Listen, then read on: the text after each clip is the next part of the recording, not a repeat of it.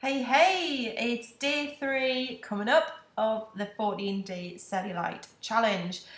Now, from conversations I've had with clients who are on this program, from people who have fed back to me via Facebook and emails, I understand some people are starting to get headaches. This is absolutely normal. Please don't be worried about it. What it is, if you're following the nutrition protocol, which I set out for you to complement this program, you will see that there is no tea and coffee on the alloweds list. So this is basically just your body recognizing that it basically isn't getting the toxins that it's used to getting from you, okay? You're not feeding it the same toxic foods and substances that you probably sometimes don't even realize you're feeding it.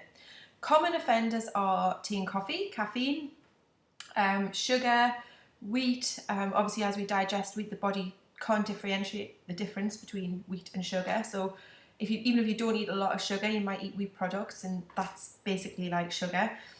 Gluten as well. So when you're withdrawing from these foods, when you're taking these things out of your diet, you can get symptoms, okay? It's a bit like with the withdrawal symptoms, okay? That you don't quite realise how much they keep you going, how much they keep headaches at bay, how much energy they actually take away from you, because they literally, they just keep you going, but you don't realise that you're actually running on empty. And you only realise this when you come out of the detox withdrawal symptoms, which could be on day 4, day 5.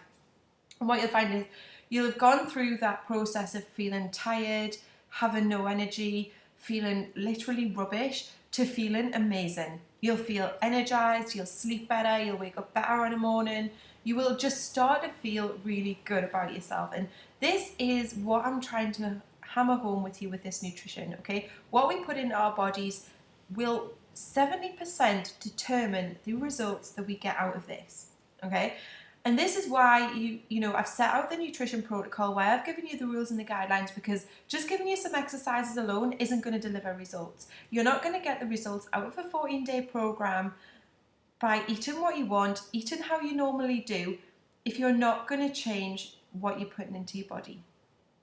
Okay? You might be feeling a little bit sore. Again, that's absolutely normal.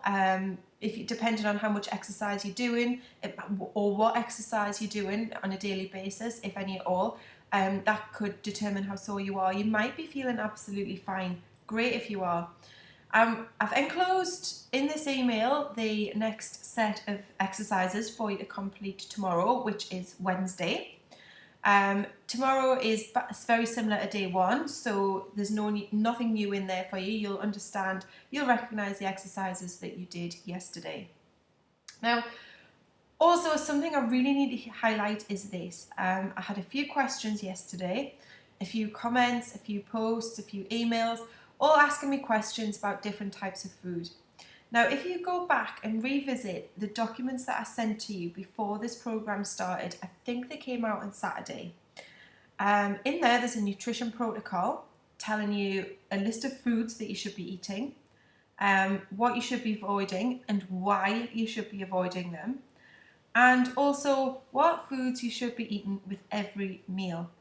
Now, when I say every meal, I do mean breakfast as well, okay? So yes, that will mean you're going to be having spinach, broccoli, Brussels sprouts even. Yes, I hate them too, but I do eat them because they're good for me. You're going to be having these for breakfast every day. You should be having them, and there's a reason, okay? I'm not just telling you to do this because it's healthy. I'm telling you to do it because of your hormones. In these products, they're really high in something called indole 3-carbinol, okay? I'm going to call them indoles for short. And what the indoles do is they simply just mop up the excess estrogen in your body, okay? And that is the fundamental goal of this 14 days. We're literally mopping up estrogen that's floating around the body and causing us cellulite and fat on our lower bodies, okay? So these foods will do that, and that's why we need to get loads of them in. If you're having salads, load your watercress in. Now, we did make a 14-day meal plan. Quite a few of you have invested in it, and from what I'm hearing, it's really making things a lot easier because it's outlining what you should be having with each meal.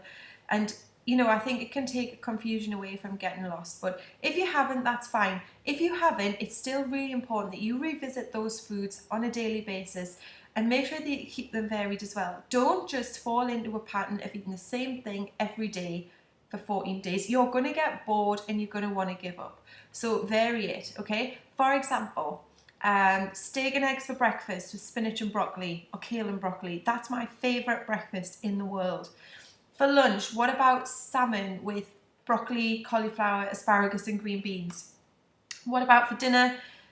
You could have a steak with some sweet potato chips and a nice big salad which has got spinach, watercress, avocado, olives, tomatoes, all of these really healthy things. You've got your carbs, you've got a good source of protein there, and it's going to help you melt fat. Okay? So there's just a little example of the things that you should be eating each day. Enjoy your exercises. If you've got any questions, post them on the page. You know the deal. I'll get back to you, and I look forward to speaking.